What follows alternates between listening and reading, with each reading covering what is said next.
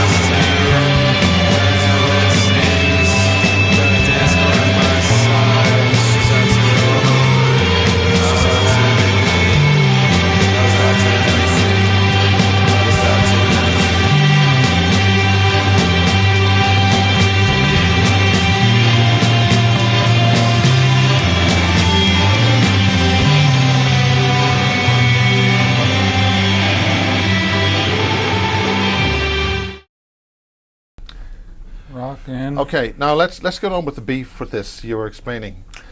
Yeah, the heart of the matter is emotions. This has to do with emotions are common between all people, maybe all life, maybe all things. And they're a way to navigate what's going on in your life and what's going on within all these systems and people and all this crazy stuff.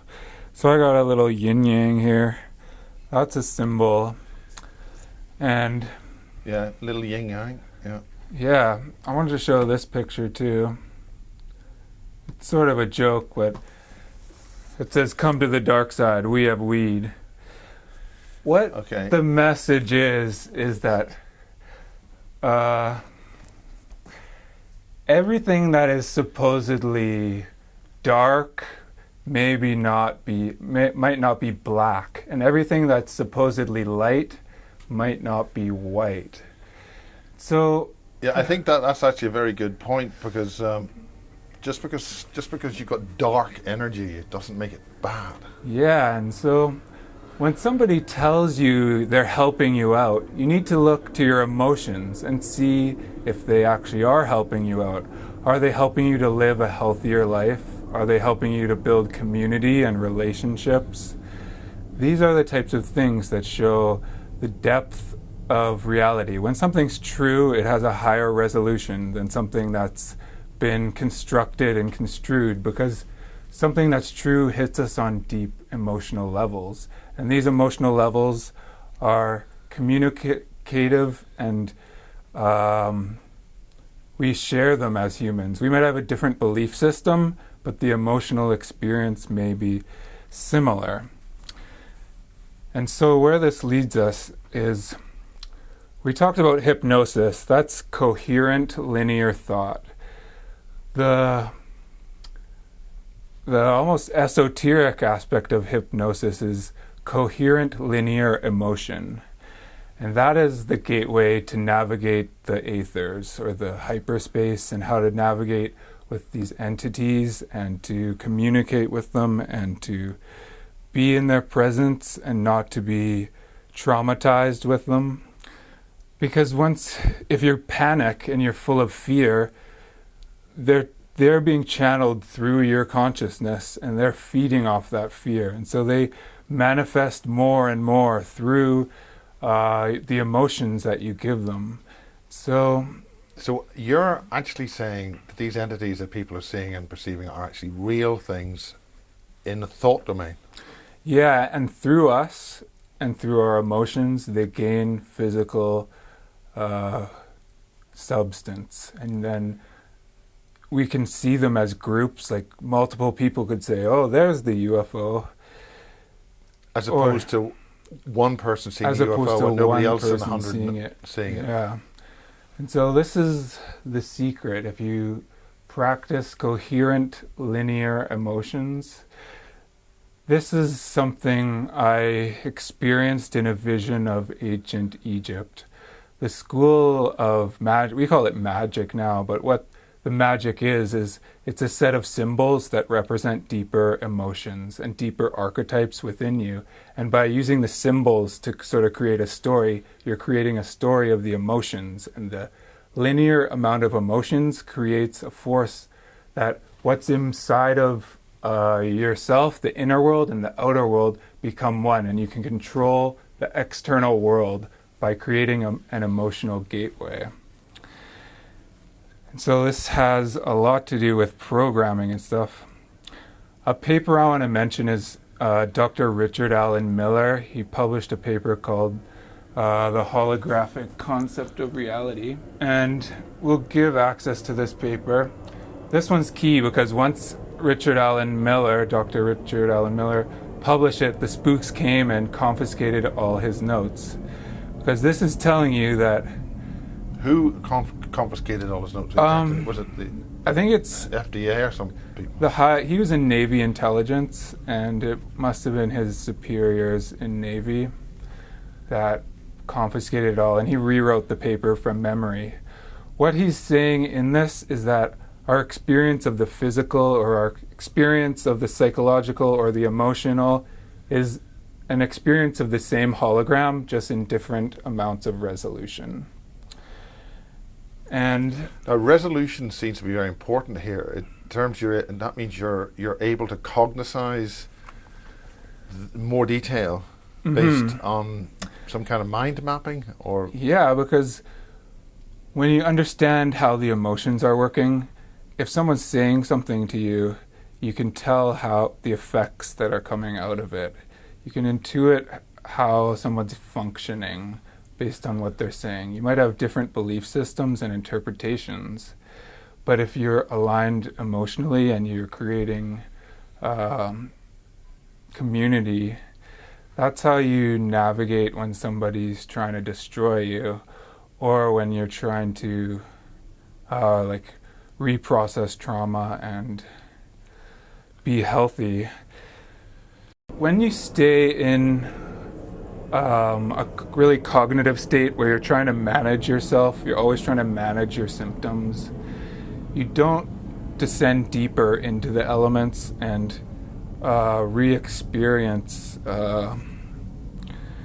sort of this portal of the trauma that happened to you as a child. This is sort of the open door that's causing all these entities to come in. see, this is quite interesting, because one of the people that we interviewed, he's now in another country, and she was referring to when she goes down to the basement where she's staying in her friend's house, that she's going into some kind of state where she's encountering all these beings. Because this is her awakened consciousness she's dealing with. But is that a good thing that she's doing, or a bad thing? Well, it's never good to go into that state and traumatize yourself, which can often happen because it can be overwhelming. You can get sucked into that state if you don't have somebody to pull you out and say, they're not physically here and we're okay, we're physically safe. You can be in that state and you're in it's almost like a state of timelessness. Time it's outside of the dimension of time, so it can be very traumatizing if you are fearful of these entities, or if you're panicking. They're going to feed off that panic, and more of them are going to come and have a good old time with you. Now, this is something which I was mentioning off camera in Egypt, when these two girls were taken for a ritual, and one of them was very, very fearful and very traumatized and crying all the time, and then they were brought to a pillar where they weren't actually strapped to the pillar, but they could break free if they wanted to. And the point is, one of them, when these beings, or these alleged humans, shape-shifted into some kind of other beings, the girl who held her cool was able to simply break free and almost walk away unhindered, because these other beings didn't even bother going after her. It wasn't as if she was, and she got away. But the other girl who was crying and screaming and whatever, I don't know what happened to her. But yeah, they get more substance by her emotions and her gait. She's the one that's channeling them into this dimension and creating that bridge.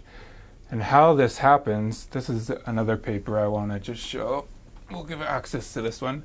Dr. Rupert Sheldrake sent me this paper earlier this week. This is the only clinical study between guts, which is your lower brain almost, just because of the amount. They have suggested that the lower gut has an actual brain. There's a membrane there which is out. And so what this research project showed is that if I'm sitting in this room and then you and Janine go into like 10 blocks down the road, and then if I'm sitting here and you channel hatred towards me, my gut, and you can read this on the measurement, the gut signal between the gut and the brain will start going up like crazy.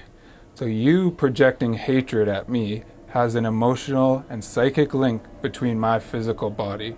If you project love at me, you can see the excitement of the nerve pulses between the gut and the brain go up as well. If you just project normalness, like no neutral emotion, The gut is just the same. So what does this show? It shows that this is a dimension outside of space-time that has access to your higher self. And it has a link to all other life. So you need to be aware that if you are allowing other people's emotions to come flooding into you, it can have access to your spirit. And this is something that's proven in the science paper. And it's an explanation of the gut intuition feeling and your sense of being outside of time. Is this Miller's paper? This is published by... Sheldrake's paper? No, Sheldrake emailed me this.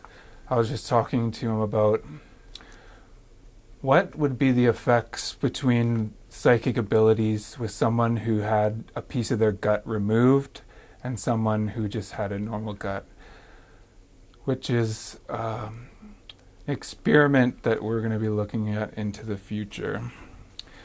Is there what particular part of the of your stomach or? I think it's in the intestines, where the intestines meet is a really sensitive portion for psychics. And people who are really sensitive to emotions and to psychic spheres, they have sensitive stomachs and digestions. They have sensitive ears, and their sinuses are really sensitive. They're sensitive to germs and to food and allergens. It's because they're in tune with a lot more than just the meat and potatoes of the here and now. And so,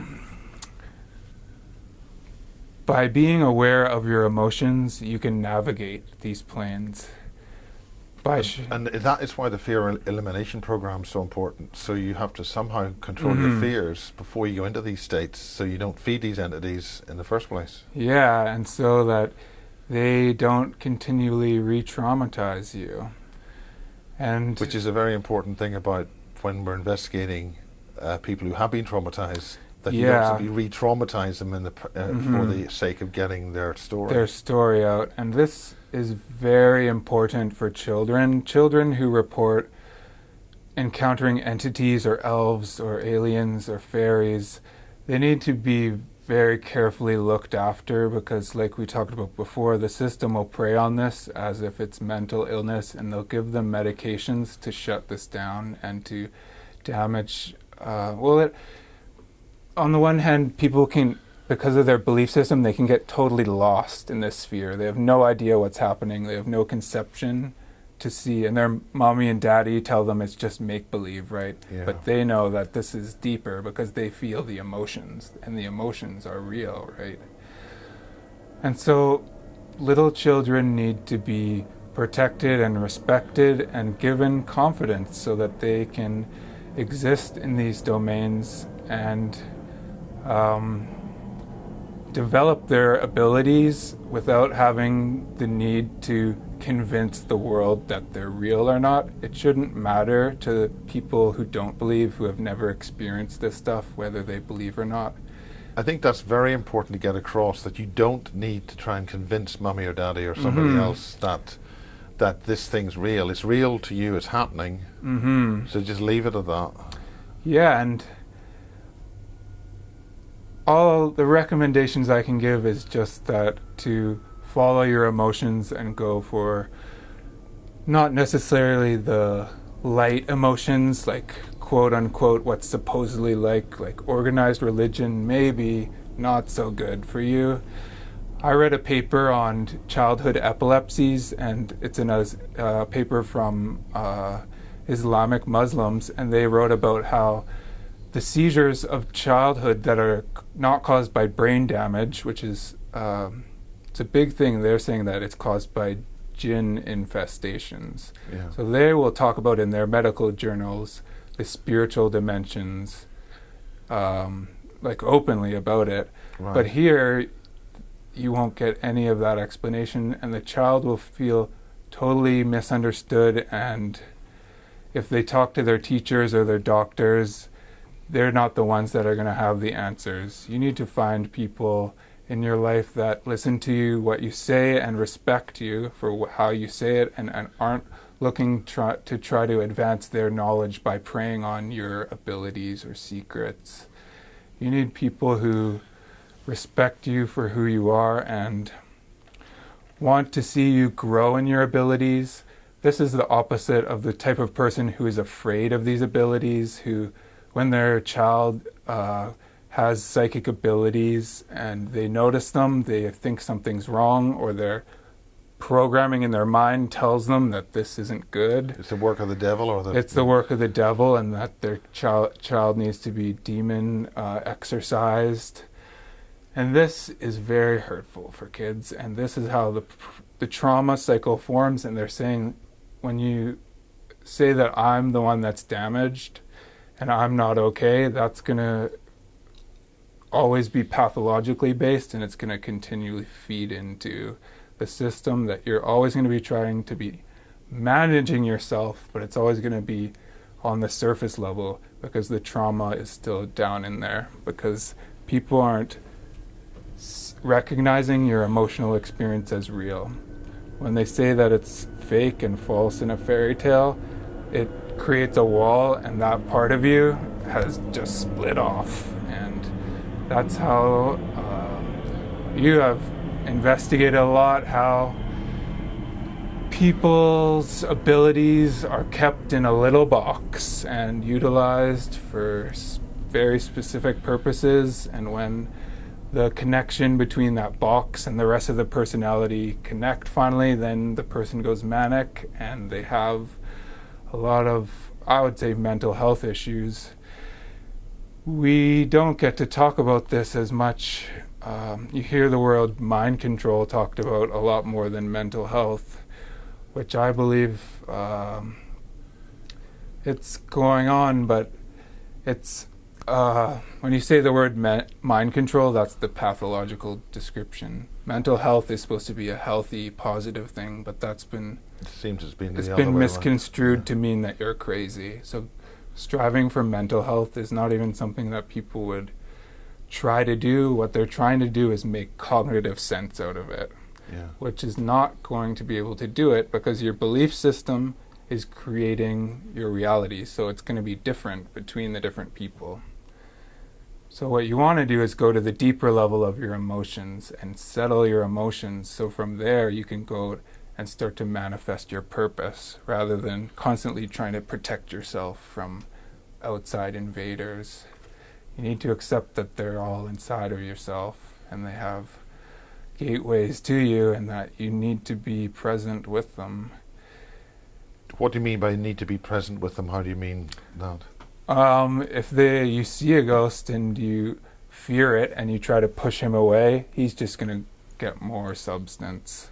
If you're able to accept his reality and acknowledge him, acknowledge maybe that he's trying to scare you, or maybe he's just trying to make a friend. You don't know what they're trying to do unless you communicate with them. So does communicating with them, though, mean that you're giving them more power, more energy?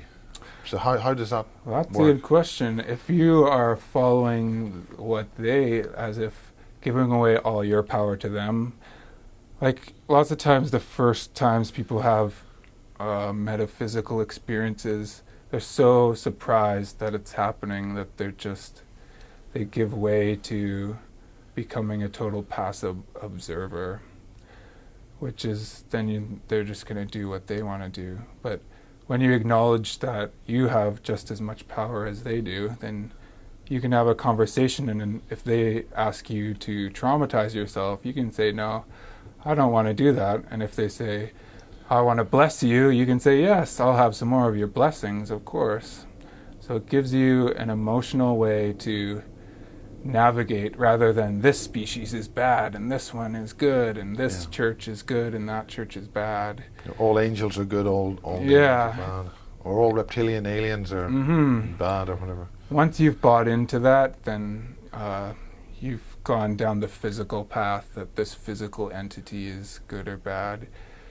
you need to be in touch with your deeper emotions, which is troubling because once you've been traumatized, what's hiding inside of you is pain, and you need to feel that pain and to experience it, and that's the way to process it and to move on and to understand yourself better.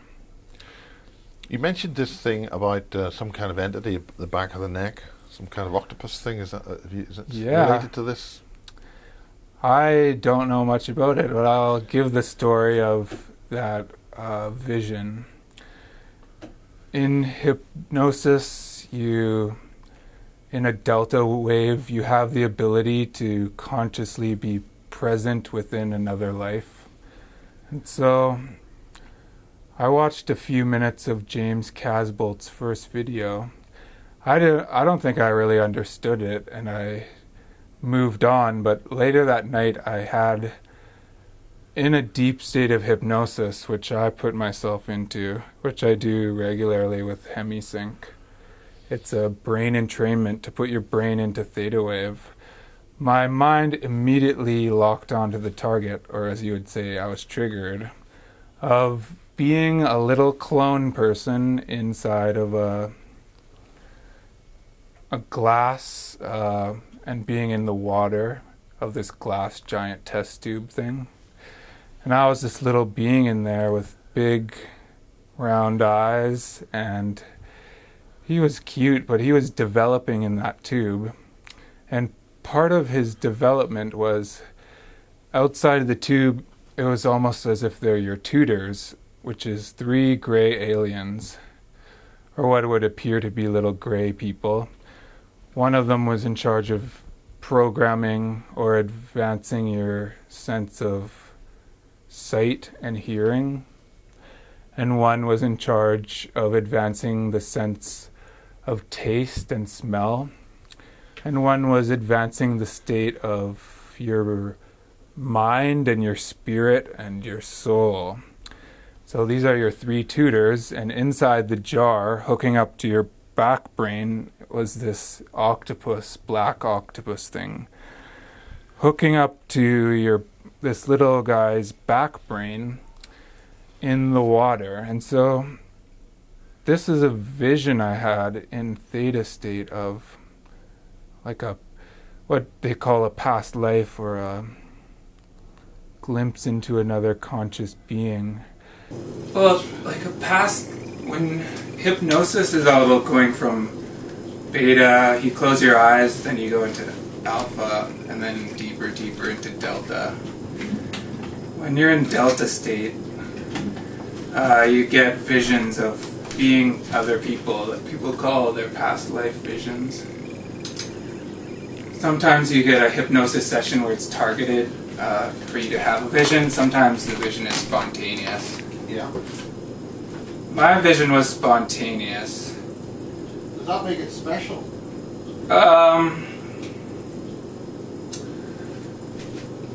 It means your subconscious mind is locking onto the target, and the information is streaming in, rather than your cognitive mind creating the story as you go along.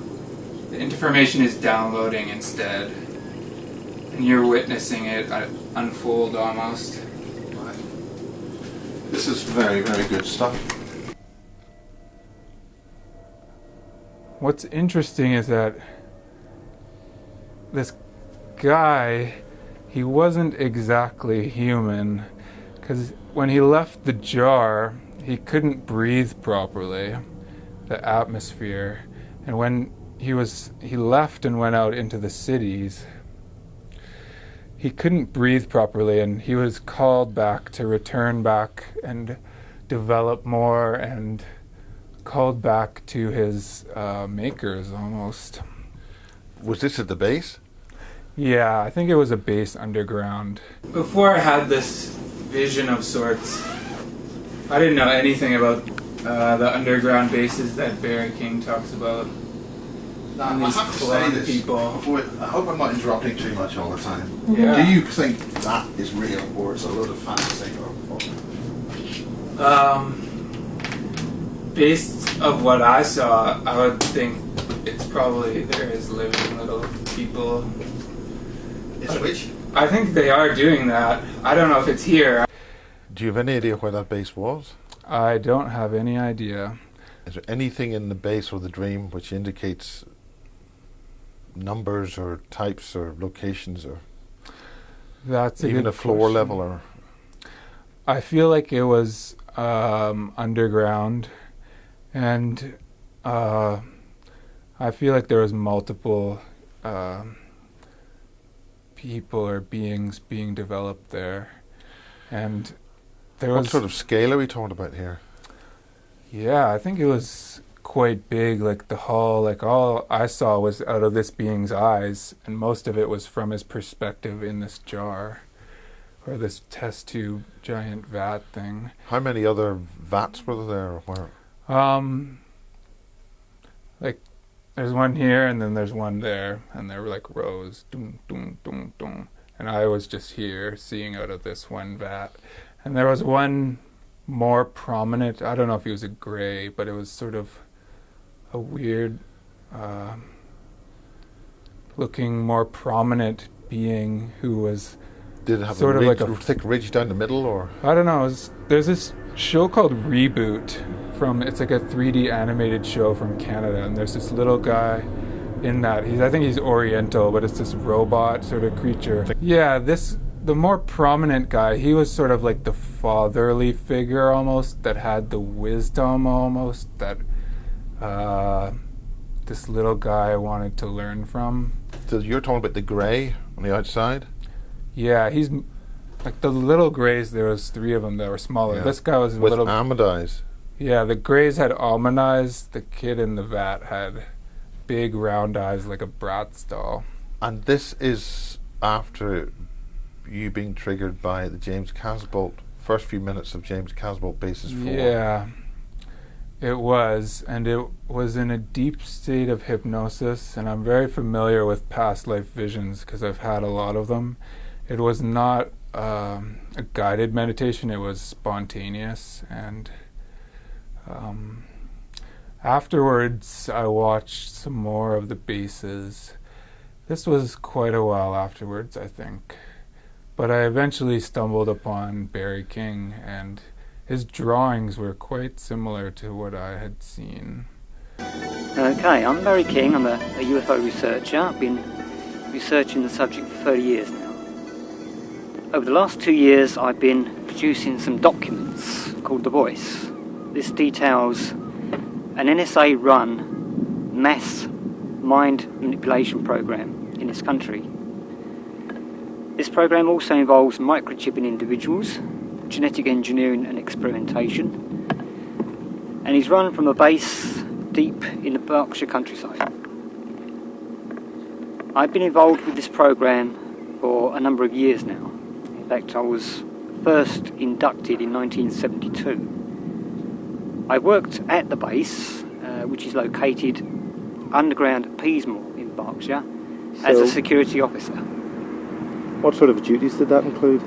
The main duties as a security officer then were to patrol the premises. You're overseeing goods in and out. Goods I use in a loose term because obviously we're not going to know what sort of goods they're going to be. Basically, all the usual security operations. What size of base is this? Well, when I was there, the complex itself was approximately 450 yards by 650 yards. But obviously, since then, it's probably doubled in size. And how many levels? 6 levels. They were the main levels. And how far would they be down underground? The deepest point would have been about a mile. I only had access to a certain amount of information, so I only know about those 6 levels. The only grey, now if we use the term grey as an alien being, was those that actually were around the base at the time. Right. At the So base, how many are you talking about greys at Peasmore then? I've only seen 2 greys at Peasmore. Yeah, the programmable, the PGLFs. The PGLFs, so... And how many of them are there and what sort of quantity are we dealing with? I would imagine hundreds. I mean, of each. So how many They're did in you 3 see? stages. Right. The tiny fetus-like stage ones. And how are they generated? The actual mechanics behind that, I don't know. Right. I mean, as a So security what guard, did you see as such? they're in like racks or pods, if you like. Yeah. And there's row upon row of each of the 3 stages. Stage 2 and 3 use the same type of large rack, Yeah. and they're in certain pods. And there's obviously row and row and row on each level. What sort of size of container are we dealing with? The larger racks are about 40 foot long, 6 foot by 4 foot or thereabouts. Is this in some kind of a clinical ward or factory type environment? Or? Oh no, well no, it's more like a warehouse. I mean, literally they are stores. They call them the racks, the sheds. Yeah. And that's, row after row, these things are just stored there for use. These things are alive, obviously, but they're in a sleep state, or? I mean, you mentioned before that you could actually walk up to them and you'd see an expression on them. Was that the human ones? Because they're programmed directly from the central computer systems, literally anything that goes in, they're programmed to go and do. They haven't literally minds of their own as such, but you can get something out of them. I mean... In what way? Well, it was a bit of a standing joke between the 4 British security guards there, that there was something strange about the faces of these little creatures. And 2 of them were joking one afternoon and saying, well look, you get a screwdriver and you just carefully prise off this black thing on his face. Right, so you can walk up to them and you can touch them. Well, you can pick one up, you literally shove it over your shoulder. They're so small and light, but very, very strong. They are very, very strong and very... you could literally, go and pick one up. So they're in sort of a stupor, a coma type status?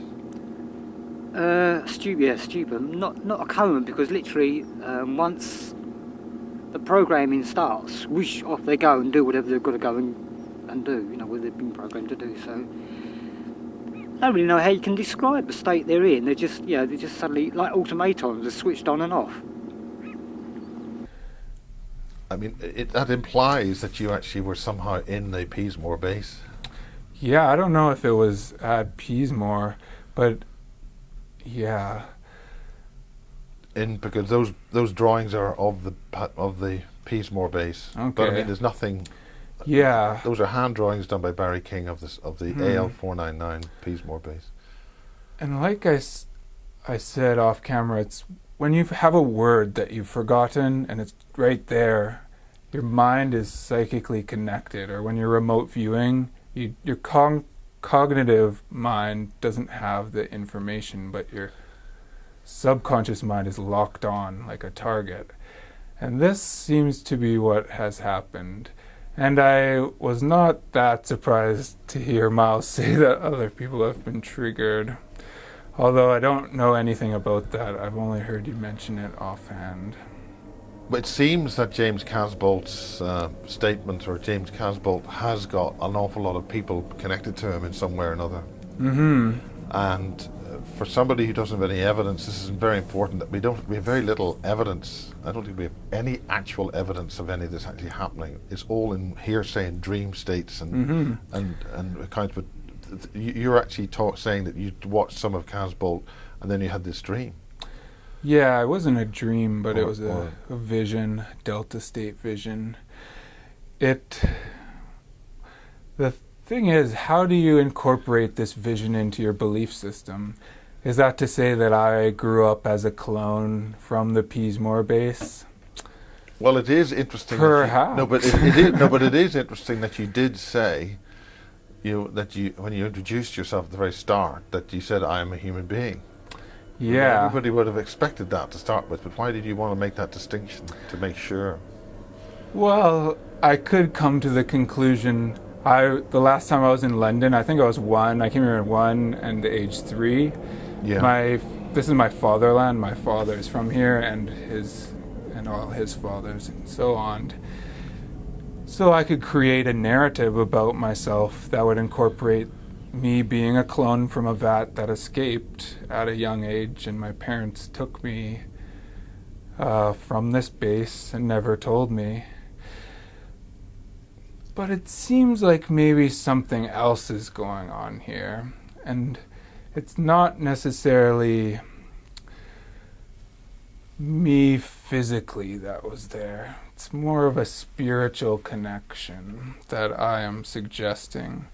And I have perhaps a similar emotional or even spiritual connection to this being that connects us and that gave me access to seeing through his eyes.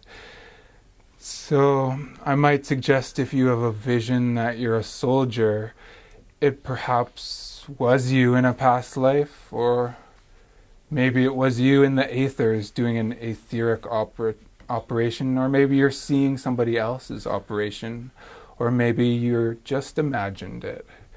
All of these are possibilities. It's how you value yourself and how you create a personality and a narrative for yourself that allows you to function in this world, that everybody else doesn't think you're crazy, but allows you to harness your abilities.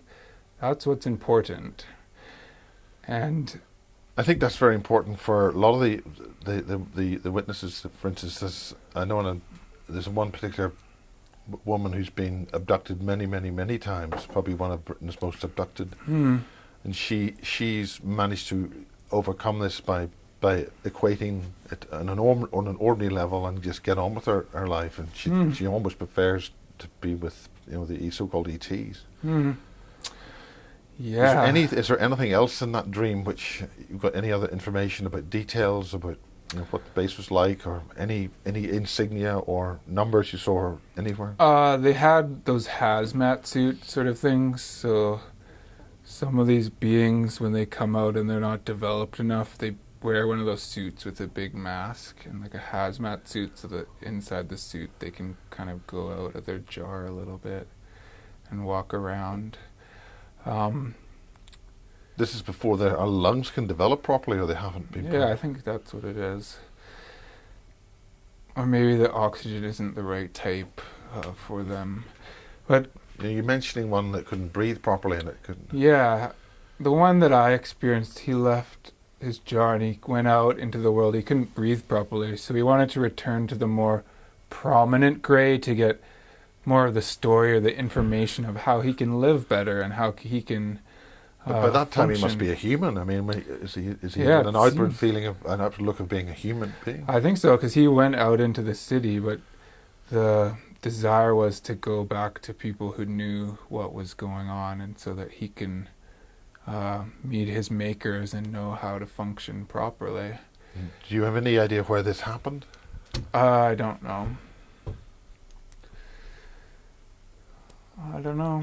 What's your basic feeling about Casbolt and your basic feeling about Barry King in these stories? That's a good question. I know James Casbolt was involved with some of the breakup of Project Camelot. Not so much him specifically, but I think he was involved with that, with Heather material and another witness. The Heather material? Mm-hmm. Yeah. And I think it was James who wrote about Dr. Green. Yeah, Dr. Green's in there, who's meant to be one of the German scientists. Dr. Green's meant to be, I think, Mengele, I think. Mm-hmm. Because one of the witnesses that I interviewed, Dave Mara, was on the phone. He was talking about reconnecting with Mengele, with Dr. Green. This is only a few weeks ago. And so I wonder why people are so offended by some of the things he says. I don't take offense to him, because whether what he says is real or not, it doesn't challenge my perspectives. I do see how he is functioning within the communities, and he's being banned, and people are just arguing against him. Yeah, you're specifically, I think, referring to some of the more recent stuff where he talks about the Jews and the Nazis and these races and reptilian shapeshifters and stuff. Yeah. And I don't think it's about so much about asking him if what he's saying is real or not. It's about asking him if it was real for him. From his experience,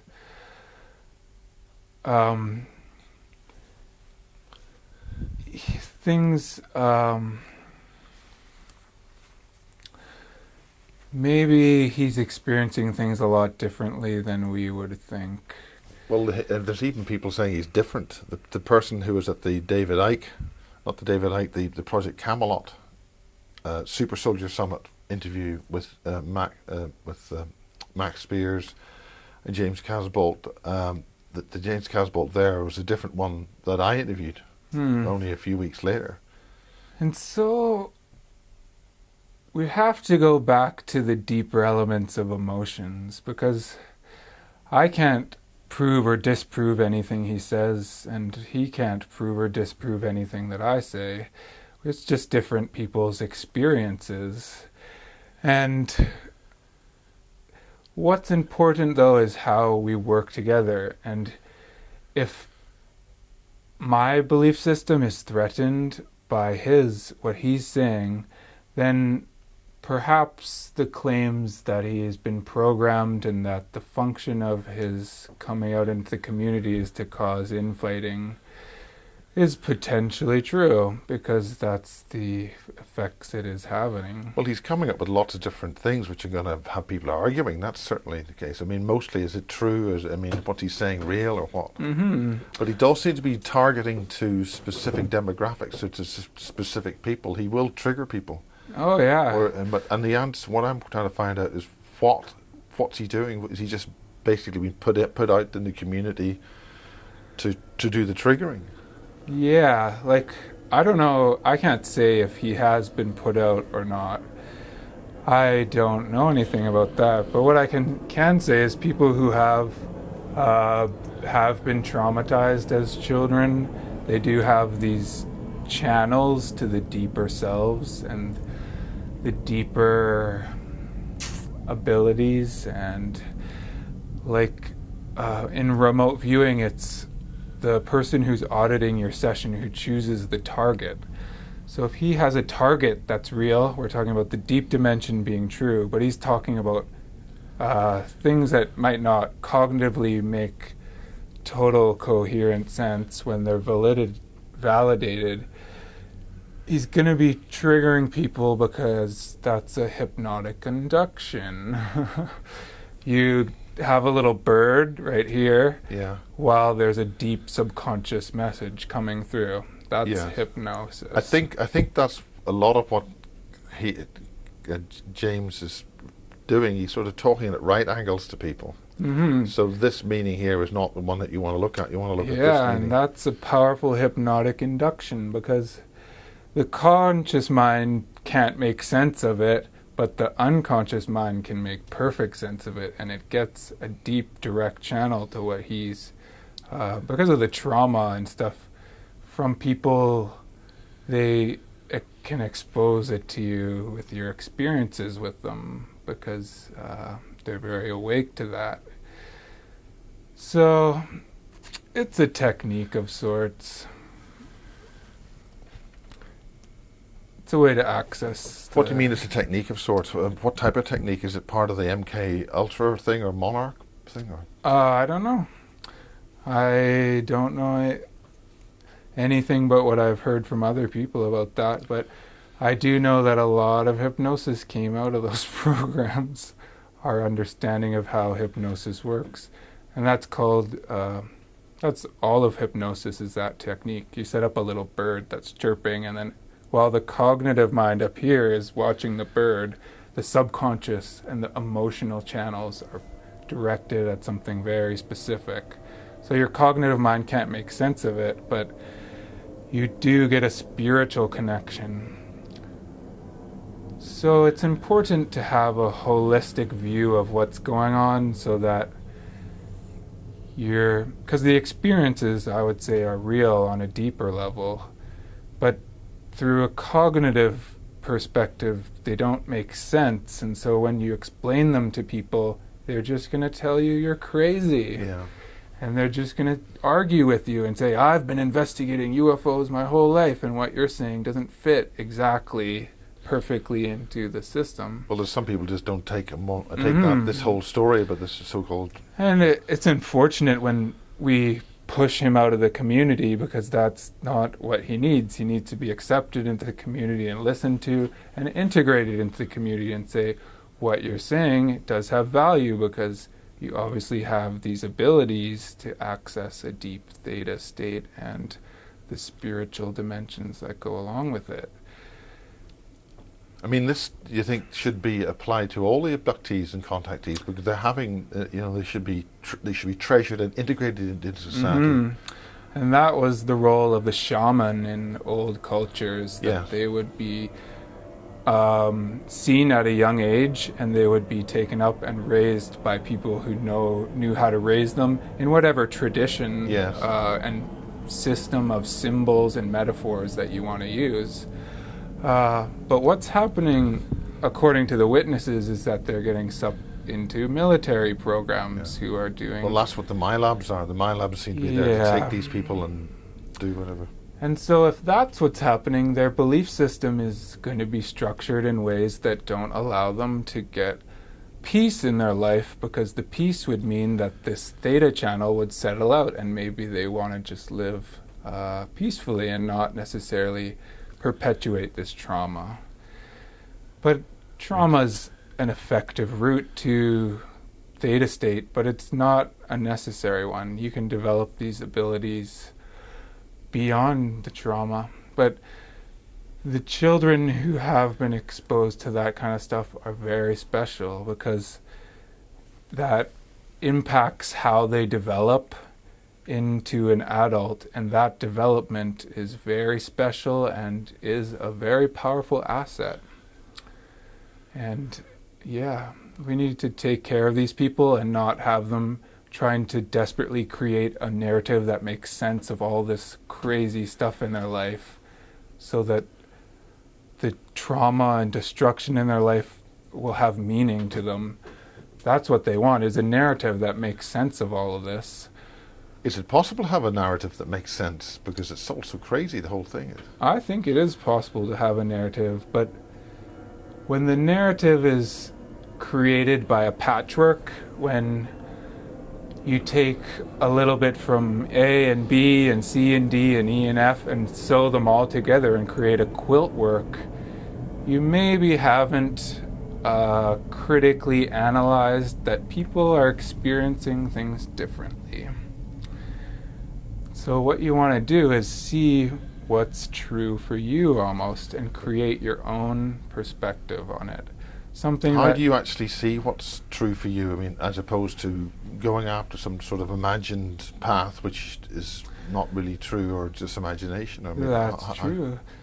A good place to start is just, what do you want in your life? Do you want to develop into a nice person, and do you want to live a life and do good things in your life, or do you want to be constantly being traumatized and constantly experiencing these metaphysical ideas that don't make any sense to you? I mean, are you saying this applies to all abductees, that they're conscious, they could switch it off, they could stop it? Yeah, I'm not suggesting that it's as easy as just asking you to stop, but I am... It's about taking ownership of your own life and... and saying that I want to develop, and the experiences that happened have meaning for me and value for me, no matter what anybody else says or tells me, whether they believe it or not. And going from there and saying that I don't have to be limited by one belief system or interpretation of what happens, but I do have to acknowledge that The world is a lot more beautiful and amazing, and we have amazing abilities that are not accepted by mainstream. Well, we're specifically persecuted by mainstream. Yeah, you're told that if you do have those, that there's something wrong with you. So the main thing is that they're perfectly natural, it's fine, and it's okay, but you don't have to tell everybody that you're doing it. Yeah, and the unfortunate thing is I would recommend having a teacher who's not looking to... Well, there's two schools of shaman. There's the sorcerers, and then there's the healer shaman. Yeah. The sorcerers will utilize your knowledge and experiences and your abilities for power and for control. That could be positive or it could be negative. We've all heard that absolute power corrupts absolutely. So the path of the warrior shaman, waging war and waging battles, you're always going to be doing this. Yeah. The other path of the shaman is the adventurer shaman, who isn't necessarily limited by his belief system, but he uses them to benefit himself, to emotionally charge himself up, to heal, and to create community. And you can tell that this is happening when people want to be around you because they are positively emotionally affected by you. Not that you have to be like the secret and always just talk positive, when the truth is the world is pretty negative a lot of the time. And there's a lot of horrible shit going on. You don't have to put your blinders on. You have to see those, but you don't have to accept that the whole world is rotten. You have to accept the positivity and the purpose and the value.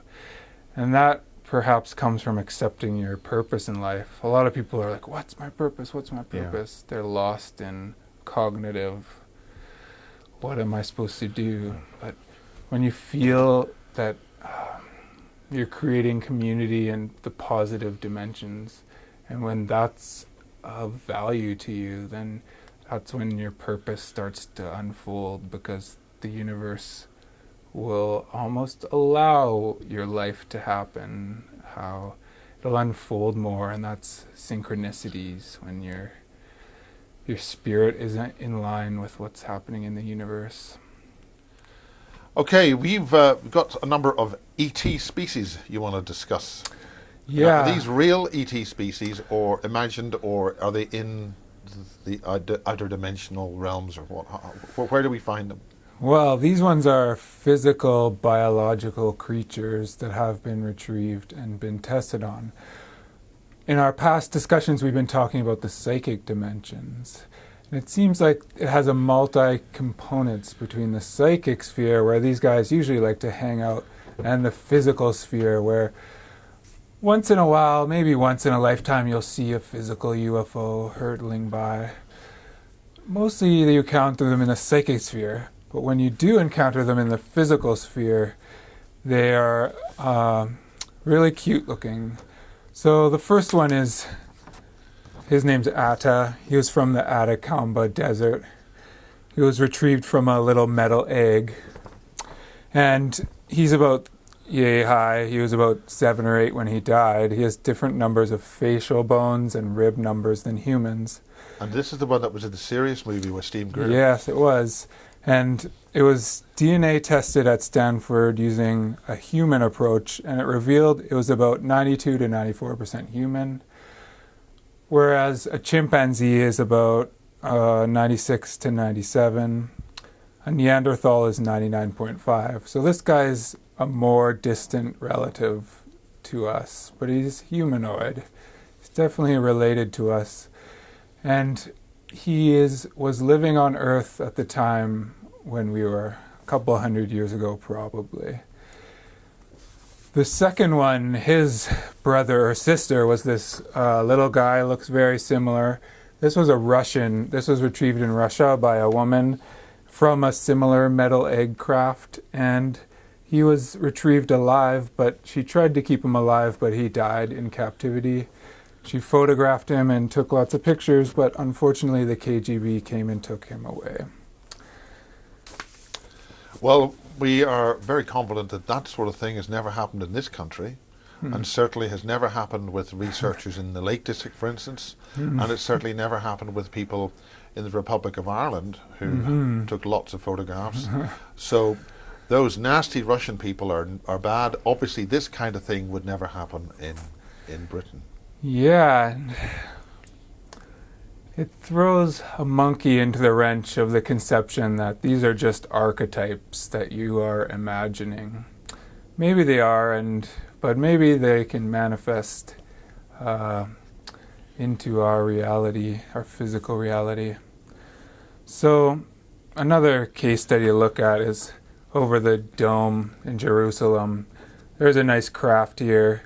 This was photographed and filmed from a whole bunch of different people, and a lot of people saw this. The important thing is that very quickly you got a fake video that emulated this, but it was obviously faked with a still frame background and Caucasian people speaking English about what they were seeing and a cheesy light effect. Now this is this is quite interesting because in Ireland we had a very good case involving a policeman and a triangular UFO, and it was very well researched by the very excellent, but it was very well researched by the very good Irish team, Dermot Butler and Carl Nally, I think.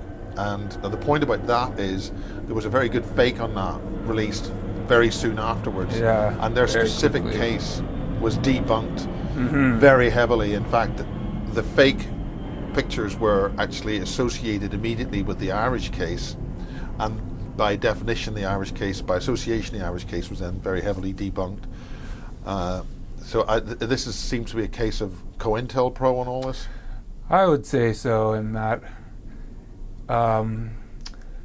you may experience this phenomenon, but they're going to have an explanation that's going to make things easier on your belief system. So that's always key to watch out for, how the event is being spun by the media and how they interpret it and how they make everything okay and safe again.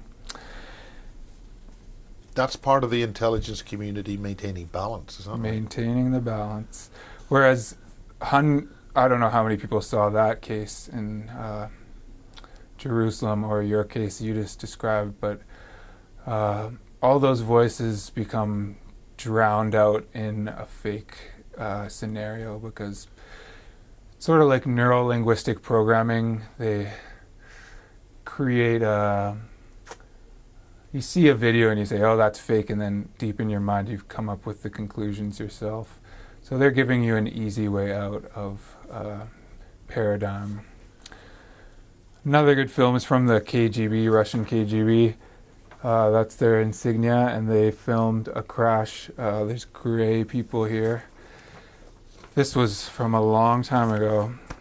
And I don't know if this is real or not, but here's our little guy. Yeah. Here's his handprint, and you can see he doesn't have an index finger. His ring finger is longer, and he has these three fingers like this.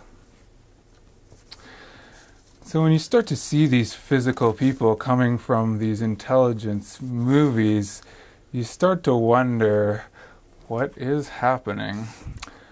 You have definitely seen this one, the alien autopsy video. Yeah, that was something that the original alien sort of autopsy I sussed out as video when it was first shown publicly by the British UFO Research Association, and it turned out the whole thing was a complete fraud and a fake, because the whole thing was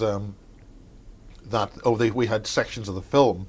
Well, it was only leader to film from that era, and it wasn't actual film itself, but that was later proved to be a fake. And the guy who spun that story made he managed to get his publicity for the fake, for the real thing, and then he got his publicity for the fake, and that was subsequently dramatised in how it was done up in a place in West London or East London somewhere.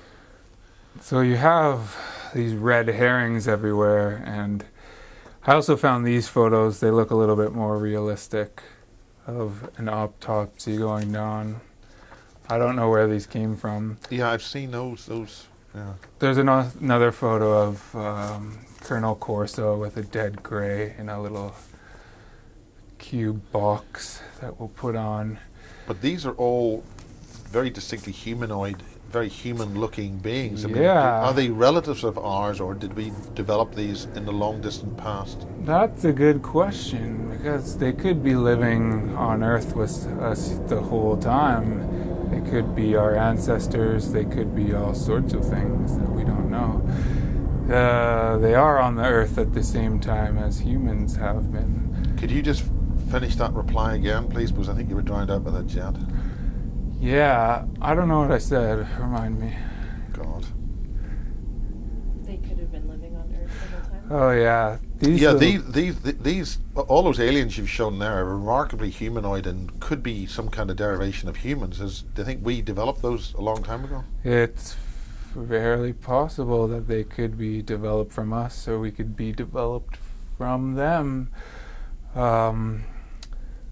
The Atacomba humanoid, Dr. Greer's little guy, has some of the genetics of the local people of that area, and those genes are unique to that population group. So they could possibly be hybridized species. The thing is when you create a belief system that these guys are the aliens, then it's sort of a structure for it to all fit into almost. And I mean, there's no evidence those are aliens. They just could be other beings on Earth that we haven't discovered yet. They could just be other humans, just like us. You did mention something about dimensions at the off-camera. What I mean about extra-dimensional beings. Yeah, we were talking about the reptilian beings, and that I've only encountered them as being coming out of a human being, and you see it almost through the spiritual domain coming out of these people. And I'd say often doctors and lawyers and judges or politicians or kings and warlords.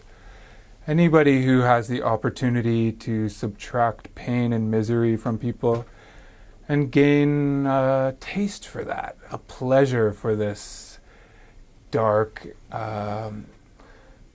I'd say maybe evil, because they're traumatizing people. They get a taste for that and they enjoy your suffering. That's when you start to see the reptilians coming out.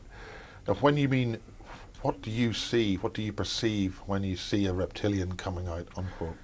Yeah, you sense that there is something else controlling and operating this person and deriving emotional pleasure out of your physical or emotional anguish and turmoil. And when they are doing this to you, that's when they almost reveal themselves to you, when they're you could use the word feeding, but it's a energy feeding. And when you encounter these people and they're not feeding off of your misery, they are the nicest people ever, and they operate as beautiful people, like very kind, and they are very sociable and personable and very popular usually. So we have two sort of dynamics, these physical beings and the spiritual beings. And how do we make sense of all these beings? Well... Yes, how do we make sense of all these beings? And you haven't mentioned raptor reptilians or jinn. What about jinn? Yeah, we talked about angels. The angels and the jinn. From these are ancient folklore. Spiritual... when you encounter an entity, you would experience it through your belief system, through something that's consistent with almost your folklore. So it could be fairies or jinn or angels or demons. It makes sense within the context. That's how they'll appear to you, whatever makes the most sense. And so you have things like Enochian magic, which they were creating this language, or they were given this language actually, so that they can contact and channel these angels. And you also hear stories like in the CIA, they were using Enochian magicians to channel UFOs for them, because the CIA wanted practical ways to call these guys down. I mean, and wasn't this done by the Germans? Yeah. The Thule Society? They were using ritual magic and all sorts of stuff. And also, really, because we're really coming to a close on this particular part, perhaps there's a lot more DNA inside of us that isn't being activated, and through these metaphysical and psychic domains, you are activating parts of yourself that you might call alien, but I would say they're part of us. And I've heard rumors that there's been epigenetic changes over the past while. A lot more than what would be accounted for based on natural mutations. How are they manifest, these particular changes, literally in the last minute or so of this? I think there is a deep connection between what you are using as your belief system and how you keep pointing toward the third eye. Yeah, because this is the filter of allowing your consciousness to come through and manifest. So if you have a belief system that accommodates and allows for your DNA to evolve and for aliens to come down and be in contact with you, that maybe just is what will happen. So in essence, by controlling or accessing our consciousness, we are being used to create the event. Possibly. The so-called alien invasion will be created by us. Possibly we are the portal and the aliens are us. But their spirit and psychic may be extraterrestrial. It's hard to separate us from them almost. The lines are so blurred. It's hard to separate a physical being from a spiritual being. And that's how the definition wants it to be. As soon as you accept you're just a physical being, then all the abilities for you to evolve and to have all these abilities and to channel, I don't know, maybe they become like a fantasy or something. But in essence, are you then saying that the whole thing is a fantasy? I would say we are creating it to be real, and if you are imagining it in your mind's eye, potentially it is real, but it's not our standard definition of physical real. So something is accessing our consciousness at the perception consciousness interface to create these beings, literally in the last minute. I think that maybe so. I think what is DNA? DNA is just an informational code. If you channeled the code, you could create a clone that would be an alien physical being, and you could have an alien consciousness in there. What do you mean by channeled? Essentially, if you have connection with your consciousness to anybody in any civilization, you can create a little psychic telephone and channel in their DNA code, because they might want to come over here. So by channeling their DNA code, you could start to introduce that, and so their spirits would be more accommodable in these types of physical bodies. Well, this is something which Barry King, on the very first basis thing, or his father dealt with, encountered with the Germans. They were trying to do something with strange-looking humans to make them interfaceable here, and literally this is the last minute of the second hour of this second major section of Basis 32. Thank you very much. Every